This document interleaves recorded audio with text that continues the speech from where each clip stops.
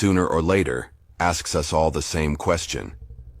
It arrives in the stillness that follows a devastating failure, in the loneliness of a broken heart, or in the darkness of a loss that leaves us breathless. The question, laden with pain and confusion, is always the same. Why me? It is an honest question, a cry that comes from the depths of our being.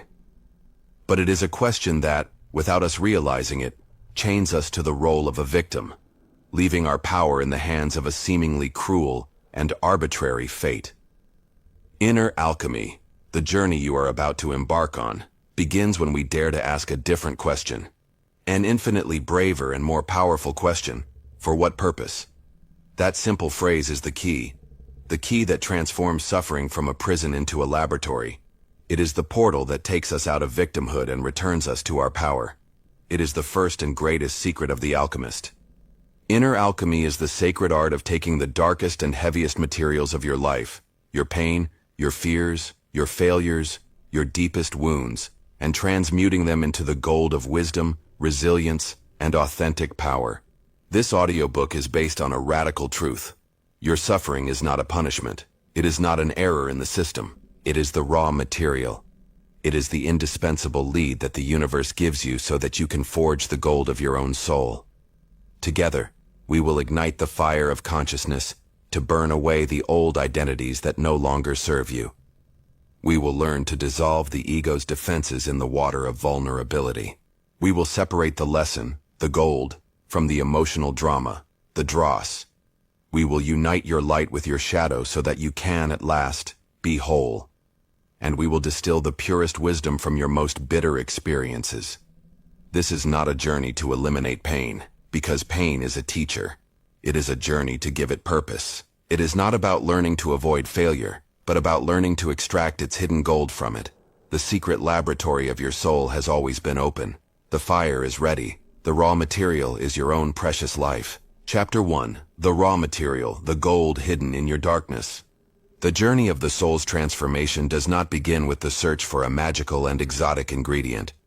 It does not start on a distant mountaintop or within the pages of an ancient secret text. It begins with the most common, most despised, and most abundant material that exists. It begins with lead. In traditional alchemy, lead was the base metal, dark, heavy, and seemingly worthless. In inner alchemy, lead is a metaphor for everything we consider heavy and worthless within ourselves. It is the sum of our wounds, our failures, our shames, our deepest fears, and our shadow. It is everything we have spent our lives running from, what we have tried to suppress, deny, or forget. Our culture has taught us to be false alchemists. It has sold us the idea of transformation through avoidance. It tells us, think positive. Don't dwell on the negative. Vibrate high. It encourages us to ignore our lead and pretend we are already gold. This is the path of the spiritual bypass, the use of spiritual concepts to avoid difficult emotional work. It's like painting a heavy lead ball with gold spray paint and expecting it to float. Sooner or later, the thin layer of paint wears off, and the weight of the lead sinks us again. The first and bravest lesson of the true alchemist is this: you cannot transmute a lead that you refuse to touch. The gold is not found by fleeing from the darkness. The gold is created from the darkness. Your pain, your failure, and your shadow are not the obstacles in your path. They are the path. They are the sacred raw material, the prima materia, without which the great work cannot even begin. To start our work, we must first understand the anatomy of our personal lead. The first of its components is the lead of failure. These are your mistakes, your bad decisions, the business that went bankrupt, the relationship that broke. The alchemist, in contrast, sees failure as invaluable data. Every failure is an experiment in the soul's laboratory that has revealed a truth. It doesn't tell you, you are a failure. It tells you, this strategy does not work. A failure, when looked at with courage, contains a nugget of wisdom of incalculable value. The second component is the lead of pain. It is the weight of grief, of betrayal, of a broken heart. Our instinctive reaction is to numb this pain. We drown it in distractions, in work, in addictions. The alchemist knows that unprocessed pain does not disappear. It becomes a poison that festers in the soul, manifesting as bitterness, cynicism, or illness. Pain is a stern teacher, a fire that, if you allow yourself to feel it consciously, has an immense purifying power. It is the heat that begins to soften the hard, rigid metal of your defenses, making it malleable and ready to be transformed. To flee from pain is to reject the very fire of transmutation. And the third component, the most subtle and often the heaviest, is the lead of the shadow. It is the sum of all the parts of yourself that you have judged as bad or unacceptable and have banished to the basement of your psyche. Your anger, your envy, your laziness, your selfishness. The false alchemist tries to eliminate these impurities. The true alchemist knows they are inseparable from the metal, and more importantly, they know that in this shadow often lies our greatest repressed power, our golden shadow. Your repressed anger may contain the seed of your assertiveness. Your envy may be a compass pointing to what your soul truly craves, pain and shadow. This is your prima materia. The first step of the great work is the most difficult of all. It is not a technique, it is an act of courage. It is the decision to stop running, to turn around and face everything you have been avoiding. It is the act of gathering your own lead. Practice, the courage to descend into the basement. These exercises are not meant to fix anything yet. Their sole purpose is to help you gather your raw material with acceptance and without judgment. Exercise 1. The inventory of your lead. This is an exercise in radical honesty. Take your journal and create 3 sections. Section 1. My golden failures. Write down 1 or 2 of your greatest failures. Now answer this question for each. If this failure were a teacher in disguise, what is the golden lesson, the invaluable wisdom, that it offered me? Section 2. The map of my wounds. Write down 1 or 2 emotional wounds you are still carrying. Ask yourself, what part of me is asking to be seen through this pain? Section 3. The mirrors of my shadow. List 2 or 3 qualities in others that irritate you disproportionately. Now ask yourself, in what way is this quality that I judge so harshly a reflection of a part of me that I have denied or repressed? The goal is to make you feel whole, acknowledging all parts of your story. Exercise 2. The radical acceptance meditation. This is a practice to change your relationship with your lead. Sit in silence for a few minutes. Bring to mind one of the difficult elements you identified. Normally, your instinct would be to fight it. This time, do the opposite. Simply allow it to be there. Visualize it in front of you, or feel the sensation in your body. And now, mentally, bow your head to it in a gesture of respect, as if bowing to a stern teacher. And say inwardly, I see you. I acknowledge that you are part of my experience. For this moment, you have permission to exist, without my resistance and without my judgment. You just have to stop being at war with what is. This simple act of ceasing the internal fire releases an immense amount of energy. It is the first step toward peace. The great work begins not with a search for the light, but with the courage to sit in one's own darkness. Your greatest power lies dormant, like a hidden treasure, in your deepest wounds. You have gathered your raw material. You have accepted your lead. You have recognized that the place of the poison is also the place of the medicine. Chapter 2. The Purifying Fire. The Blessing of Crisis. In the alchemy of life, the fire has a name we all know and fear. The fire is crisis. It's the moment when life suddenly turns up the temperature. It is the loss of the job that gave you security. It is the medical diagnosis that shatters your sense of invulnerability. It is the end of a relationship you thought was eternal. It is the failure of a project in which you had invested your soul. It is the dark night of the soul, that period of profound disorientation in which all your old answers turn to ash and you are left alone with the questions. Our instinct, conditioned by a culture that worships comfort and fears pain, is to flee from the fire. But the alchemist knows that the fire is not the enemy. The fire is the agent of purification. The ancient alchemical term for this process is calcinatio. It is the process of heating a solid substance in the crucible to a very high temperature, to burn away all its impurities, everything volatile, everything non-essential, until only a fine powder of pure white ash remains. In our psyche, crisis initiates an emotional and spiritual calcinatio. The fire of adversity relentlessly burns away everything that is not authentic in us. It incinerates the masks we have worn to please others. It chars the false securities upon which we had built our lives. It reduces to ashes our pride, our meticulously crafted plans, and above all, the arrogance of our ego that believed it had everything under control. Living through a calcinatio is terribly painful. It feels like destruction. It feels as if you are losing everything you are, everything you have. It is the moment when you look at the landscape of your life and see only the smoking rubble of what was. And yet, at the heart of this apparent disaster lies the greatest of blessings. The purpose of calcinatio is not destruction, but purification. The fire does not destroy the metal. It refines it. The question the alchemist asks in the midst of the flames is not, "What am I losing?" but "What is being burned?" And the answer is always the same. The only thing the fire can burn is what is not real. When your career collapses, the fire burns the lead of your identification with a title. What is left in the ash? Your true essence remains, your talents, your resilience, your character. When an important relationship ends, the fire burns your attachments and expectations. And what is left? The wisdom you gained, the lessons you learned about yourself, and the capacity to love that resides in your own heart. When a failure humbles your pride, the fire burns the arrogance of your ego. And what is left? Humility remains, an infinitely stronger and wiser quality. The crisis takes nothing from you that was truly yours. It only burns the illusions.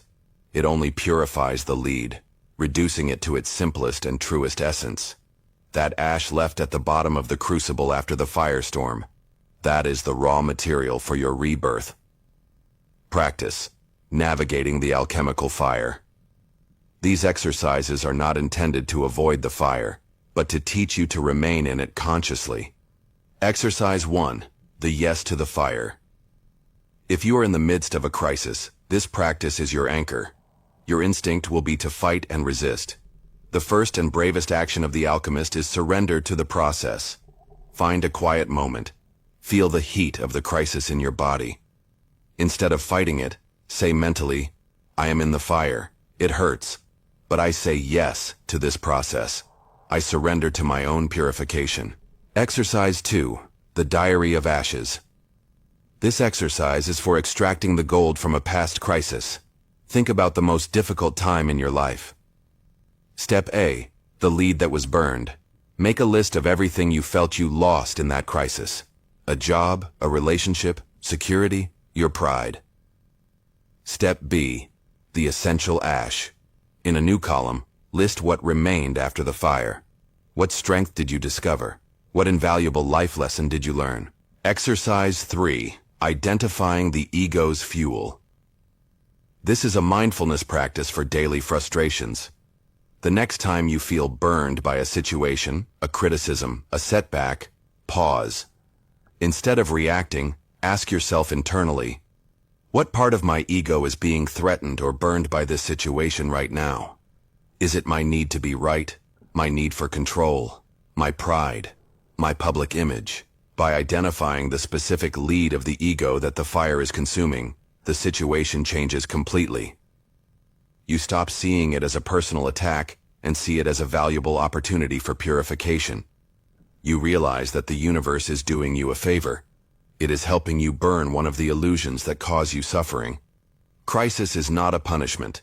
It is a ceremony. It is the rite of passage that separates the one who complains from the one who creates. It is the alchemical fire that, although terribly painful, is the only thing that has the power to separate our gold from our lead, our essence from our ego, our truth from our illusions. Chapter 3. The Dissolution in Water, the Power of Surrender. This is a place of immense potentiality, but the ash, no matter how purified, is a fragile, dry, and sterile substance. For life to be reborn from it, it must be dissolved. It must surrender to the power of the element that is opposite and complementary to fire: water. If the fire of crisis was an external event, the water of dissolution is a profoundly internal process that you must choose. The alchemical term for this phase is solutio. It is the process of submerging the ash in water to dissolve it, to break its rigid structure and create a primordial solution from which something new can be born. Psychologically, solutio is the phase of conscious grieving. After the crisis has ended, our instinctive reaction is to be strong and move on, ignoring the devastated emotional landscape within. The alchemist knows this is a fatal mistake. They know that before reconstruction, there must come dissolution.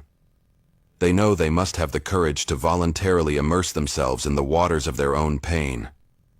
They must allow themselves to fully feel the sadness of loss, the anger of injustice, the fear of uncertainty. Tears are not a sign of weakness. They are the alchemical solvent. They are literally the water of solutio. Each tear is a release of stagnant emotional energy, an act that softens the hardened ash of our ego and dissolves it in the waters of our shared humanity. To refuse to cry is to choose to remain a fragile statue of ash, instead of becoming a fluid ocean. This process forces us to redefine our idea of strength. We have been conditioned to believe in the false strength of the rock. The rock is hard and resists, but because it is rigid, under enough pressure it shatters. The alchemy invites us to discover the true strength of the ocean. The ocean is soft, fluid, and adaptable. It resists nothing. A storm may stir its surface, but its depths remain in absolute calm. Its strength lies not in resistance, but in its capacity to feel everything without being destroyed by it, to contain all emotions within its vast and compassionate being. This is the strength of vulnerability. It is not the absence of wounds, but the ability to remain open despite them. The ego fears dissolution more than anything. For it, to dissolve in the water of emotion is to die. And in a sense it is right. Solutio is the death of the rigid defensive identity we have built to protect ourselves. It is the act of letting go of control, of admitting we do not have all the answers, of surrendering to a process that is larger than our understanding. Surrender is not defeat. Defeat is fighting a battle you cannot win. Surrender is the wise act of stopping the fight. It is recognizing that there is an intelligence in the universe, in your own healing process, that is much wiser than your small ego. It is letting go of the oars and for the first time trusting the current of the river. Practice, the art of dissolving with grace. These exercises are designed to help you navigate the waters of solutio, creating a safe space for dissolution to occur naturally. Exercise 1. The safe container. Vulnerability requires safety. The first step is to create a sacred and safe container for your emotions. This can be a time, a space, a practice, like journaling, or a relationship, like a therapist or a trusted friend. Exercise 2. The inner rain meditation. This is a somatic meditation to dissolve stagnant emotional energy. Sit in silence. Identify a difficult emotion and where it lives in your body, like a tightness in your chest. Imagine it as a clump of dry, hardened earth. Now imagine a gentle, warm, compassionate rain falling inside you, directed at that clump. Your only task is to allow the rain to touch it, soften it, and moisten it. Feel how what was hard begins to dissolve, and how the trapped energy begins to flow again. You don't have to do anything but allow the rain of your own compassion to do its work. Exercise 3. Liberating writing. This practice is the opposite of intellectual analysis. Take your journal and set a timer for 15 minutes. Bring to mind the feeling you are processing, and then write without stopping. The only rule is that your pen cannot stop moving. Don't worry about grammar or logic. This is an emotional dump to release the raw energy onto the paper. Surrender is not defeat. Vulnerability is not weakness. They are the deepest acts of power of the alchemist. They are the baptism in the healing waters of your own soul, a baptism that dissolves the old self of ash and prepares you so that a new, more integrated, more fluid, and more compassionate one can be born. Chapter 4. Conscious separation. Extracting the gold from the mud. This state of dissolution, while a necessary step of healing, cannot be permanent. To remain in it would be to drown in a directionless ocean of emotion. The alchemist knows that after having dissolved into the whole, the delicate work of redifferentiating must begin, but from a place of much greater awareness. It is time to light the lamp of clarity in the midst of the murky waters. We arrive at the phase of separatio, the art of conscious separation. In laboratory alchemy, separatio was the process of filtering, distilling, and sifting a solution to separate its components, isolating the pure elements from the impure. In inner alchemy, this is the crucial process of discernment. It is the moment when we activate our observer consciousness and look at the confusing mixture of our experience. When we live through a painful experience, a failure, a betrayal, a loss, it does not present itself to us in an orderly fashion. It appears as a thick mud, an inseparable mixture of facts, emotions, interpretations, judgments, and self-pity. Most of us remain trapped in that mud, reliving the experience over and over in its toxic entirety, without realizing that we are stirring the earth and the gold together. The first act of mastery for the alchemist is to understand that every painful experience is actually composed of two very different elements, the dross and the gold. The dross is the emotional drama. It is the story our ego weaves around the pain. It is a powerful and often addictive narrative. The dross has several voices. The voice of the victim, poor me. The voice of the judge, it was your fault. The voice of fear, this will happen again. But within that same mud, always without exception, hides the gold. The gold is the soul's lesson.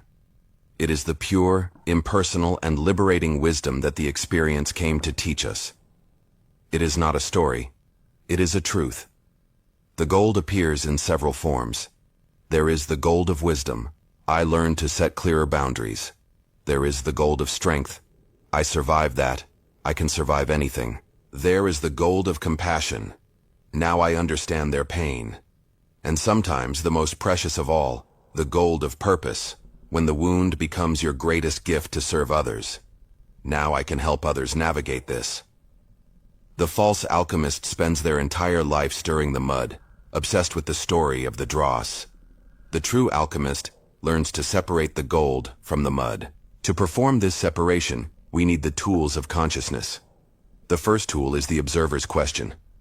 When you feel trapped in the emotional whirlpool of a painful memory, you can activate your observer consciousness. It's as if a part of you steps back and becomes a curious scientist. From this detached place, you ask yourself key questions. What is the story I am telling myself? What emotion am I feeling in my body? If I eliminated the script of victim and perpetrator, what is the neutral, factual truth that remains? What is the lesson about myself that this experience is offering me? What gold can I extract from this mud? The second tool is the blade of responsibility. We often confuse responsibility with blame. Blame is the weight of the dross. Responsibility is the power of the gold. It forces you to move from the question, who did this to me, to the question, what choice, belief, or blindness of mine contributed to this situation manifesting in my life? This question instantly gives you your power back. The third tool is the archetype filter. When we are trapped in the drama, we are unconsciously identified with a limiting archetype, like the martyr, the wounded child, or the judge. The archetype filter allows you to step back and name the role you are playing. By saying, right now I'm trapped in my martyr archetype, you disidentify from the pattern and become the director of the play. Practice, your laboratory of conscious separation. Exercise. 1. The autopsy of a wound. Choose a painful experience you have emotionally dissolved. Draw 2 columns in your journal. The dross, my story of pain, and the gold, my soul's lesson. In the dross column, write the story with all the drama, blame, and resentment. Describe the voices of the victim, the judge, and the fear. In the gold column, pause, breathe, and begin to distill. Using the observer's questions, extract the pure wisdom. Wisdom. What did you learn about your boundaries or the nature of life? Strength. What inner muscle, resilience, courage, was strengthened? Compassion. Did this wound help you understand the pain of others? Purpose. Can this experience become a gift to others? Exercise 2. Real-time reframing. This is your daily mindfulness practice. The next time you feel trapped in the mud of a negative emotion, pause. Before reacting, apply the pause of 3 breaths. In that pause, activate your inner observer. Step 1. Name. Name the emotion. Okay, this is anger. Step 2. Separate. Separate it from the story. I am feeling anger, and the story my mind is creating is... Step 3. Seek the gold. Ask the alchemical question. What is the lesson here? What is this mirror showing me? This practice transforms life's small irritants into micro-opportunities for growth. Pain in life is inevitable. But suffering, which is pain plus the story we tell ourselves about it, is largely optional. Chapter 5. The Union of Opposites, the Inner Marriage. You now possess the pure elements. In one hand, you hold the light of your virtues, of your potential, of the wisdom extracted from pain. In the other, you hold the recognized darkness of your shadow, of your imperfections, of your wounds. The ordinary mind, the dualistic mind of the Matrix, would tell you that you must now choose, cling to the light, and banish the darkness forever. But the alchemist knows that this is the final error, the last temptation of separation. True mastery does not lie in the purification of one part at the expense of the other. It lies in integration. The next and most mysterious step of the great work is not choice, it is union. We arrive at the phase of conjunctio, the alchemical term for the sacred marriage. It is the process of taking the opposite elements we have separated and uniting them again, not in their old conflicting form, but in a new synthesis, a totality that is infinitely greater than the sum of its parts. Psychologically, conjunctio is the act of stopping the war with yourself. It is the end of the inner civil war. It is the understanding that the goal of life is not to be good, but to be whole. The first and most important marriage is that of the light and the shadow. It is no longer enough to recognize your shadow. Now, you must invite it out of the basement and to the table of your consciousness. Integrating the shadow does not mean acting out your darkest impulses destructively. It means finding the gold hidden in the lead of each shadow trait and giving it a conscious and healthy expression. Your repressed anger, once brought to light, is transmuted into the gold of assertiveness. Your fear, when you listen to it, is transmuted into the gold of prudence. Your envy, when you examine it, is transmuted into the gold of aspiration. By integrating your shadow, you do not become darker. You become more solid, more real, more dangerously whole. You stop being a predictable caricature and become a three-dimensional human being. The second marriage is that of the masculine and the feminine. Within each of us reside 2 great archetypal principles. The masculine energy, Logos, the sun, is the energy of action, structure, and doing. The feminine energy, Eros, the moon, is the energy of receptivity, intuition, and being. Our society has conditioned us to overvalue masculine energy and to repress the feminine. Conjunctio is the sacred marriage of these 2 energies within you. It is learning to be both a warrior and a mystic. It is having the ability to execute a business plan with relentless discipline, masculine, and at the same time, the ability to sit in silence and listen to the wisdom of your intuition, feminine. The integrated person can move fluidly between these 2 polarities as the situation requires. The third marriage is that of suffering and purpose. This is the alchemical act that gives meaning to your entire story. It is the moment when you take your deepest wound, your heaviest lead, and consciously decide to turn it into your greatest gift to the world. The wound ceases to be your shame and becomes your medicine. Your most painful failure becomes the source of the wisdom you can now teach. This is the marriage between your personal story and your transpersonal purpose. It is the moment when your pain ceases to be just yours and becomes a beacon for others. You stop asking, "Why did this happen to me?" and start declaring, "Because this happened to me, I can now." When these 3 marriages take place, the supreme symbol of the great work is born, the philosophical androgen. It is depicted as a figure with 2 heads, one male and one female. This is not a symbol of gender, but of psychic totality. It is the image of the person who has healed their internal division. They have reconciled their opposites. And from this place of integration, immense power and creativity emanate. Practice. Celebrating the inner wedding exercise. 1. The Shadow Integration Dialogue. This exercise helps you find the gold in your lead. Choose a shadow trait you struggle with: anger, laziness, envy. In your journal, interview it. Ask it questions like, "Dear anger, what are you trying to protect in me?" Or, "Dear envy, what deep unrecognized desire are you pointing out to me?" Exercise 2. The Dance of Opposites. This is a practice to balance your masculine and feminine energies. First, identify which polarity you tend to repress. Your practice for the next week is to deliberately feed the opposite energy. If you have an excess of masculine, active, logical, schedule receptive feminine activities like a directionless walk or a relaxing bath. If you have an excess of feminine, passive, emotional, schedule deliberate acts of masculine structure. Organize a part of your house, create a budget, or make a small decision you have been postponing and act on it. This helps build the neural pathways of your less developed side. Exercise 3. The Ritual of Union. This is a brief visualization meditation. Sit in silence. Visualize on your left a figure representing your light side, and on your right, a figure representing your dark side. Imagine them turning to face each other and acknowledging one another. Then, visualize the light figure extending a hand in acceptance. Imagine both figures taking a step toward the center, embracing, and merging into a single brilliant and complete figure of light. A light that is richer and more real, because it also contains the darkness. Feel this new sense of integrity and peace in your body. Totality is not found by choosing the light and rejecting the darkness. It is found in the courage to embrace both. Chapter 6. The Interior Fermentation, the Darkness Before the Dawn. Welcome to the fermentation phase. In alchemy, after the union, conjunctio, the new substance is often sealed in a dark vessel and left to putrefy or ferment. From the outside it looks like death, but the alchemist knows this death is an illusion.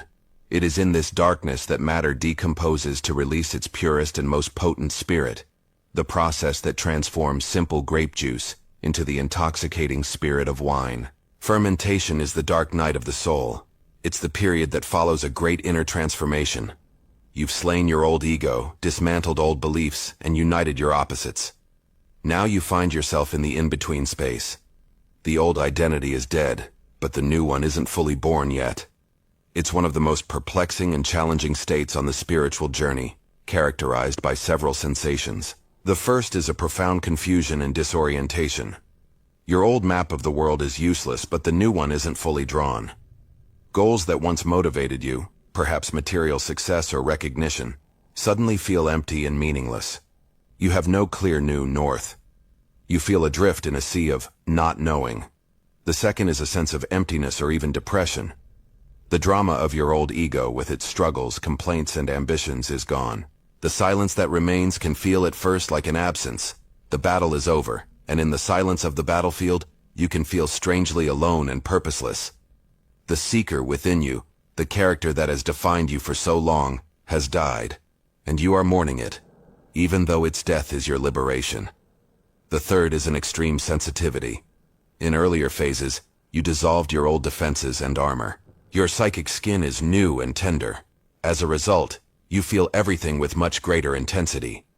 The beauty of the world can bring you to tears, but the suffering and negativity around you can also affect you deeply. You feel like a being without a shell, vulnerable to all the energetic currents around you. In the midst of this darkness and confusion, the temptation to turn back is enormous.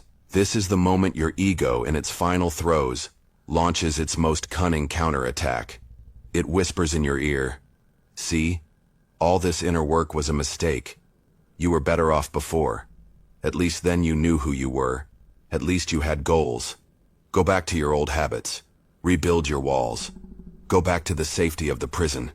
This freedom is too terrifying, too empty." Many who embark on a path of deep transformation reach this phase and get scared. They interpret the dark night as a sign of failure and rush to rebuild their old identity. aborting the process of rebirth just before it's complete.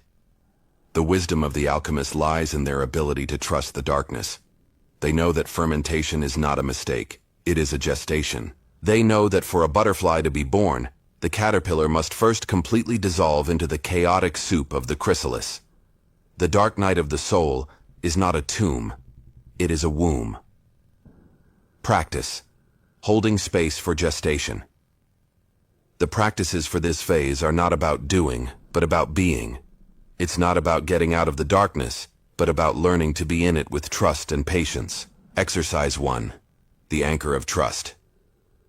When you're in the darkness of fermentation, you don't need a map, you need an anchor. Your anchor is your connection to the present moment, to your body, to your breath. When you feel overwhelmed by confusion or emptiness, stop. Close your eyes, bring all your attention to the feeling of your feet on the ground. Feel the solidity of the earth beneath you. Bring your attention to your breath. Feel the air entering and leaving. Don't try to change anything. Simply rest in the simple, constant rhythm of life. Now, formulate your mantra for this phase. It's not an affirmation to get something. It's a declaration of trust in the process. It can be. I don't need to understand everything now. I trust the process of my own transformation. I am in gestation. Repeating this phrase reminds you that your current state is not a mistake, but a necessary and sacred stage. It gives you permission to be exactly where you are. Exercise 2. The Dream Journal, Advanced Level. During the fermentation phase, your unconscious is incredibly active. It's as if your soul is working overtime in the night workshop.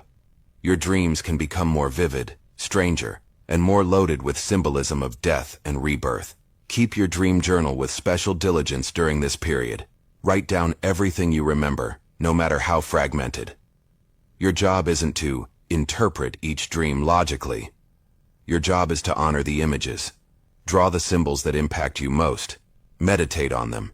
Ask them what message they hold for you. By paying attention to your dreams, you're keeping an open line of communication with the underground process that's occurring. You're witnessing the mystery of your own transformation. Exercise 3.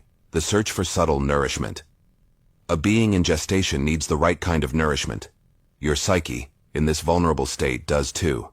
This is a phase to drastically reduce your consumption of loud, chaotic, low-vibration mental food. This means less alarmist news, less social media, less violent or cynical entertainment. Your system doesn't have the defenses to process it right now. Consciously seek food that nourishes your gestating soul. Music. Listen to music that calms and uplifts you, not one that agitates you. Nature. Spend as much time as you can in nature, the great regulator of the nervous system. Reading. Read poetry, sacred texts, philosophy, anything that connects you to beauty and truth. Company. Seek the company of wise, compassionate, and calm friends, people who can hold space for you without feeling the need to fix you. It's about creating an external environment that reflects and supports the sacred stillness needed within you. The dark night of the soul is not a punishment, it is an initiation.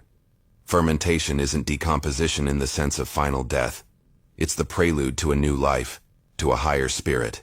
It is the sacred time of stillness, of waiting, and of darkness where the alchemist's deepest magic takes place.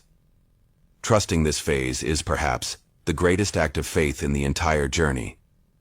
It is the trust of the seed lying under the frozen winter ground, knowing that even if it sees no proof of it, spring is coming. Chapter 7. The Distillation of the Soul, Destillatio. What remains now is not an emptiness but an infinite potential. Imagine it as a vessel containing a rich, murky solution, a sacred mixture of our purest essence, liberated by fire, and the raw emotions we've honored with our tears. We have survived.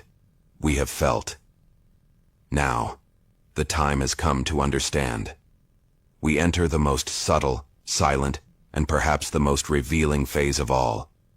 Destillatio, the distillation of the soul. In ancient laboratories, distillation was not a process of violence but of patience. The alchemist applied not a scorching fire, but a gentle, constant heat to the solution. Their goal was to invite the purest, lightest components, the essence, the spirit of the matter, to be released as vapor. This vapor would ascend, leaving behind the heavier sediments, the dross, the dense matter that no longer served. At the top of the alembic, the coolness of awareness would condense this vapor, drop by drop, into a crystalline elixir, a liquor of unparalleled potency and purity. This is the perfect metaphor for the process we now face. The laboratory is your consciousness. The gentle heat is your serene contemplative reflection. The murky solution is the memory of your painful experience, still loaded with history, drama, and the who did what to me narrative. Distillation is the art of rising above the personal story of your suffering. It is the moment you stop being the protagonist drowned in the plot of your own movie and become the wise observer who, from a raised seat, contemplates the screen and finally understands the message, the lesson, the hidden purpose of the entire story. This is the fundamental shift where the question that has driven us, "What was this for?" finds its answer. It's not an intellectual answer, not a simple justification, but a deep resonance in the soul. An understanding that feels like a silent, liberating aha. While in previous stages we felt the wound in all its intensity, now we extract its universal meaning. It's about taking the chaotic and personal story of "I was betrayed by my business partner" and distilling from it the eternal lesson about trust, discernment, and perhaps the importance of self-loyalty. It's about taking the memory of a humiliating failure and condensing it into a masterful teaching on resilience, the impermanence of the ego, or the true nature of success. We must be careful here. Destillatio is not a shortcut to avoid pain. It would be a mistake, a form of spiritual bypass, to try to distill a lesson from a wound that has not yet been cleansed by the fire of crisis and dissolved in the waters of emotion. Trying to do that is simply intellectualizing the pain, not transmuting it. True distillation is only possible when the preceding emotional work has been honestly done. When done correctly, this process miraculously transforms poison into medicine. The experience that once broke you becomes the source of your most solid wisdom. The event that made you feel like a helpless victim reveals itself as the catalyst that forged a strength within you that you didn't know you possessed. Suffering ceases to be a random, cruel event in an indifferent universe and is revealed as a necessary, meaningful, and deeply intelligent link in the golden chain of your evolution. It is time to light the gentle fire of your consciousness, to watch as the vapor of understanding rises, and to prepare to collect the precious drops of your own soul's elixir. Practice, the art of finding hidden purpose. These exercises are invitations to become the patient distiller of your own life.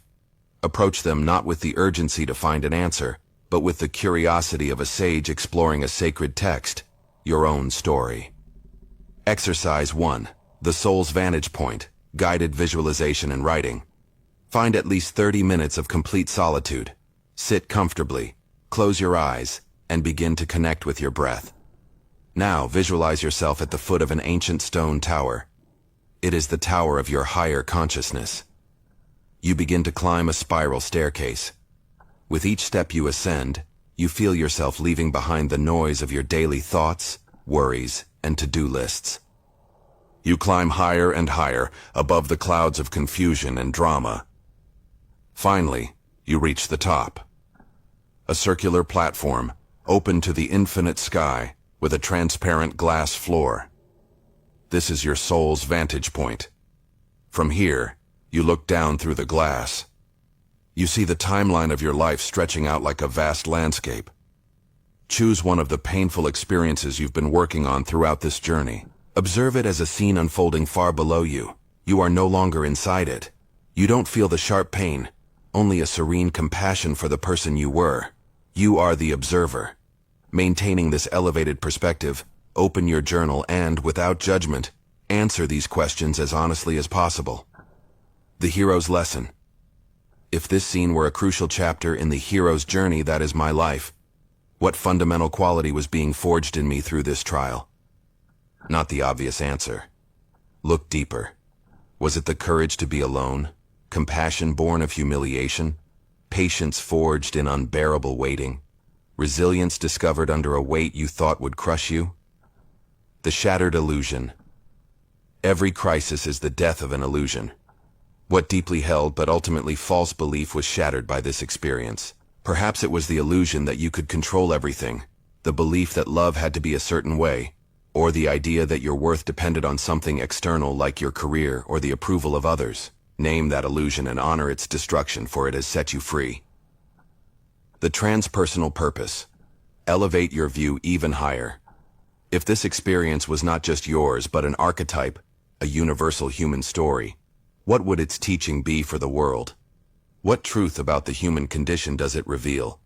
By doing this, you separate the "this happened to me" and connect it to collective wisdom. The distilled phrase. Review your answers. Now try to condense all that understanding into a single phrase. A short, clear, powerful phrase that captures the essence of the wisdom you've gained. This is your first drop of liquid gold. The distilled phrase. Review your answers. Now try to condense all that understanding into a single phrase. A short, clear, powerful phrase that captures the essence of the wisdom you've gained. This is your first drop of liquid gold. Exercise 2. The letter from your future self. A dialogue with wisdom.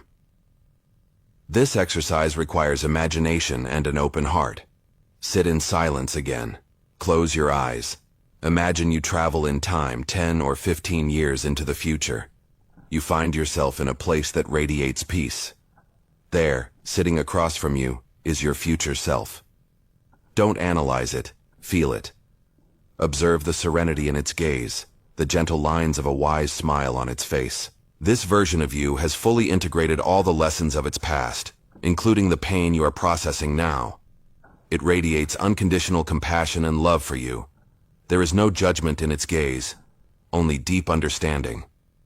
Now, take your journal.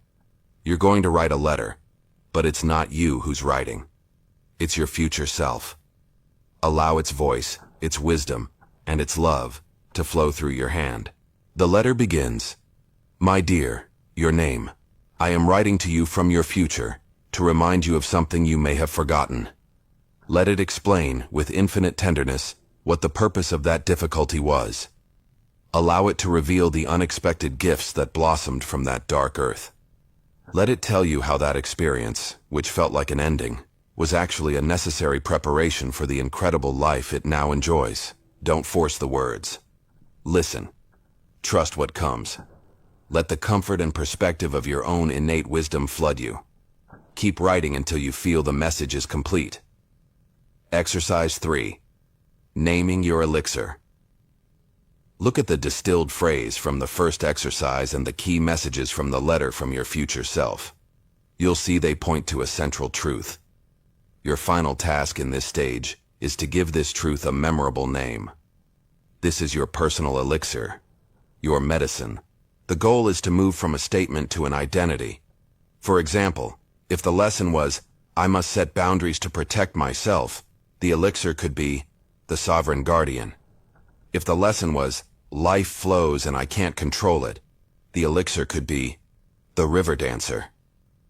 If the lesson was, "My worth is inherent and needs no proof," the elixir could be, "The Inner Jewel." You have patiently watched as the vapor of understanding rose from the heat of experience. You have collected, drop by drop, the elixir of wisdom. You hold in your hands a liquid gold of incalculable value. But this wisdom, however pure and potent, is still ethereal, almost like a dream. For it to complete its transformative power, to truly and lastingly change your life, it must return to the earth. It must be embodied. It must pass from the realm of spirit to the realm of matter. The time has come to solidify your being. Chapter 8. The solidification of being, coagulatio. In traditional alchemy, coagulatio is the culminating process that transforms the purified substance from its liquid or ethereal state into a solid and stable form. It is the act of taking the dew of wisdom and, through patience and gentle constant heat, crystallizing it. It is the creation of the philosopher's stone, not in its legendary form, but in its truest form, as a substance that is both material and immutable. In inner alchemy, this is the bridge between knowing and being. It is the difference between knowledge that resides only in our mind and a truth that has sunk into our bones. Distilled wisdom is a revelation. Coagulated wisdom is an action. It's when the lesson stops being a concept you understand and becomes the way you live. It is integrity made flesh and blood. Think of it this way. The destillatio phase is when the gardener finally understands why the drought killed all their plants. The soil was not right. Distilled wisdom is that understanding. Coagulatio is the gardener's act of changing the soil, preparing it, planting a new seed, and seeing the first flower grow. Knowledge has been manifested. Modern society, with its obsession with information and instant gratification, has trained us to be excellent distillers but terrible coagulators. We devour self-help books, listen to inspiring podcasts, and fill our journals with powerful phrases. But without coagulatio, without the action that solidifies knowledge, it's all just vapor that dissipates. It's a momentary flash without lasting light. It's like spray painting a heavy lead ball gold and believing it will float. Sooner or later, the weight of the lead drags you back into the old reality. The great power of coagulatio is that it pulls us out of our heads and anchors us in our bodies. It forces us to integrate wisdom somatically, to feel it in our muscles, to see it manifested in our actions. And in this process of manifestation, character is forged.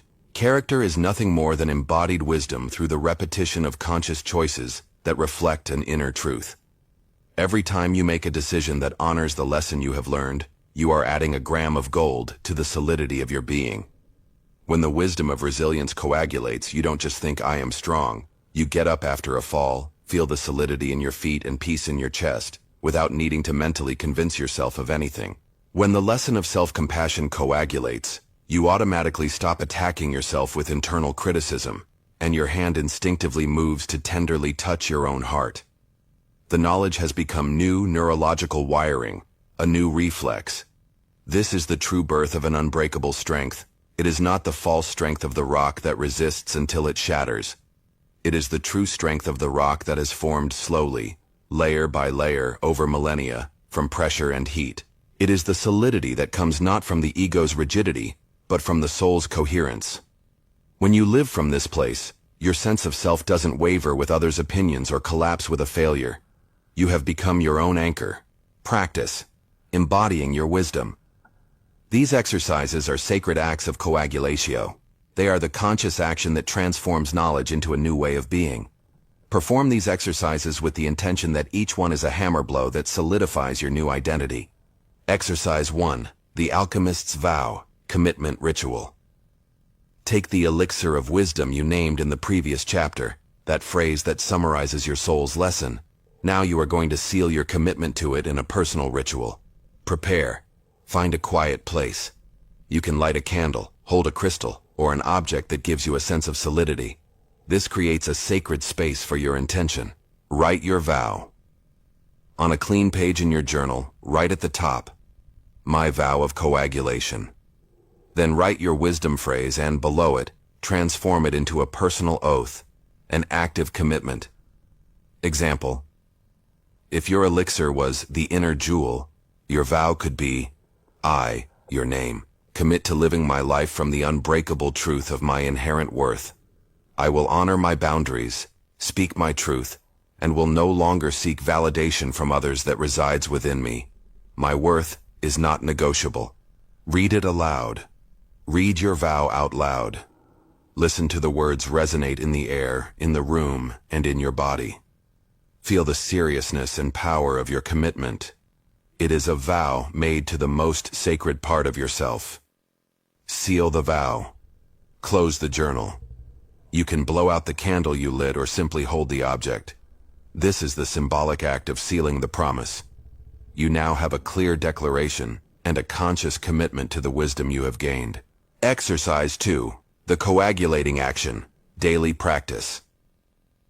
Coagulatio happens through repetition. The mind is convinced by a thought, but the body is convinced by a habit. This exercise invites you to take knowledge and turn it into action. Identify an action. Choose a small, simple, and concrete action you can perform in the next 24 hours that is a direct manifestation of your vow. It doesn't have to be a grand gesture. Small acts have immense power. If your wisdom is about boundaries, the action could be to say no to an invitation that drains you, or simply not to respond to an email or message immediately if you don't want to. If your wisdom is about authenticity, the action could be to wear the clothes that truly make you happy instead of what you should wear, or to express an opinion in a conversation even if it feels a little scary. If your wisdom is about patience, the action could be, the next time you feel impatient, to stop, take 3 deep breaths, and observe what is happening instead of reacting. Act with awareness. When you perform the action, do so with total awareness. Observe the sensations in your body, the possible nervousness before, the feeling of liberation or power afterward. Notice the difference between how you would have reacted before and how you do now. Each of these actions is a microcrystallization of your new identity. Exercise 3. The somatic anchor, mind-body integration. Wisdom must inhabit not just your mind, but your body. This exercise helps you connect the elixir of your wisdom with a physical sensation, creating an anchor you can use in moments of stress. Prepare. Sit or stand. Bring your wisdom phrase to mind. Visualize it as a light or an energy. Find the anchor point. Ask yourself, where in my body does this truth feel like it resides? Is it a feeling of solidity in my feet, a calm in my stomach, an openness in my chest? Don't search for an answer. Let the sensation arise on its own. Anchor the sensation. Once you find the sensation, place a hand over that spot on your body. Breathe deeply into it. Feel the connection. While you breathe, repeat your wisdom phrase over and over. Feel the truth of the words sinking into that spot, anchoring themselves in every one of your cells. Use your anchor. In moments of doubt, stress, or temptation to return to old patterns, you can simply place your hand over that anchor point, breathe, and recall the truth you have solidified. Chapter 10.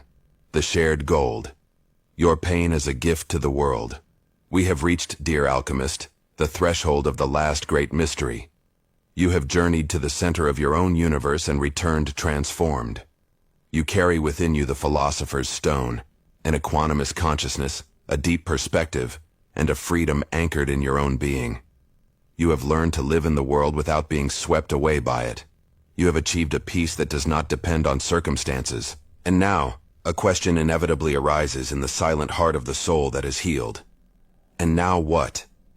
The answer to this question is the culmination of the great work, the stage that gives transcendent meaning to every tear, every fiery trial, and every moment of surrender. The journey, which was so intensely personal and so focused inward, now reveals its ultimate purpose, a sacred turn outward. The ultimate truth of the alchemist is this: gold is not meant to be hoarded. Gold is not a treasure to be stored in the vault of a perfected self. Gold is light, and the nature of light is to shine. The gold you have forged is meant to be shared. The culmination of the great work is not self-perfection, but service. The final goal of your healing is not just you. It is the fabric of humanity, of which you are an indispensable thread. The wisdom you have distilled from the bitter matter of your own suffering is now the medicine you have to offer the world. Think of the Japanese art of kintsugi. When a ceramic bowl breaks, kintsugi masters do not discard it or try to hide the cracks. They do the exact opposite. They join the broken pieces with a special lacquer mixed with gold powder. The result is a bowl that is not only functional again, but is infinitely more beautiful and valuable than before. The golden lines that run across its surface are not scars to be ashamed of. They are the testimony of its history, of its resilience. It has become more beautiful because it was broken and repaired with love and consciousness. You are that bowl. Your alchemical journey has been your inner kintsugi. You have taken the fragments of your being, broken by crises and losses, and joined them with the gold of your consciousness, your compassion, and your wisdom. Your scars now shine. And it is precisely through these golden lines that your light can now shine to illuminate the path of others. Your wounds, once healed and transmuted, become your greatest gifts. No one can understand and guide someone going through the dark night of the soul like one who has learned to navigate their own darkness. No one can offer such authentic compassion to a broken heart as one whose own heart has been shattered and healed with gold. No one can teach resilience with as much authority as one who has risen, time and again, from the smoking ashes of their own life. Your pain, which once isolated you and made you feel terribly alone, is now the bridge of empathy that connects you with all of humanity. When you meet someone who is suffering, you no longer look at them with pity from a safe shore. You look them in the eye from the other end of the same bridge, and your heart says to them without words, "I know what it's like to be where you are. I have walked through that valley, and I can tell you, with the certainty of every cell of my being, that there is a way through it. I will not abandon you." This is the fundamental difference between sympathy and compassion. Sympathy says, "Oh, you poor thing." Compassion, the compassion of the alchemist, says, "I am with you." The gold you share doesn't have to be through grand heroic gestures. You don't need to write a book or become a spiritual guide, unless that is your calling. Gold is shared in the most subtle and often most powerful ways. It is shared in the quality of your presence. When you sit with a friend in distress, you no longer feel the anxious need to fix their problem. Instead, you offer them the vast, serene space of your listening, a space you cultivated in your own inner silence. Your calm becomes an anchor for their storm. It is shared in your conscious vulnerability. When you choose to share a part of your story, you no longer do so from the drama of the open wound, but from the wisdom of the golden scar. You do not seek sympathy. You seek to offer hope. Your story becomes a map for other travelers. It is shared in your compassionate boundaries. When you say no to something that violates your peace, you do so not from anger but from a deep self-love. And in doing so, you offer a silent but powerful lesson to the other person about respect, integrity, and the value of the soul. This is the true meaning of living as an alchemist in the world. It's not about retreating to an ivory tower of spiritual bliss, but about walking among people and becoming, through your own existence, a source of healing and light. Your life, with all its imperfections, failures, and past pains, becomes your work of art and your act of service. You have closed the circle. You have transformed your pain into power, and now, that power flows through you to empower others. Practice. Becoming the medicine. These final exercises are not about you. They are about how your journey can now bless the world. They are the step from introspection to expression, from receiving to giving. Exercise 1. Identifying your unique medicine, the healer's reflection. Set aside some sacred time for this reflection. Take your journal and explore these questions as if you were a botanist discovering the properties of a rare and precious plant. You. What is the signature of my gold? Reflect on your complete journey. What has been the deepest struggle you have transmuted? Based on that struggle, what is the main flavor of the wisdom you have gained? Is it fierce resilience? Radical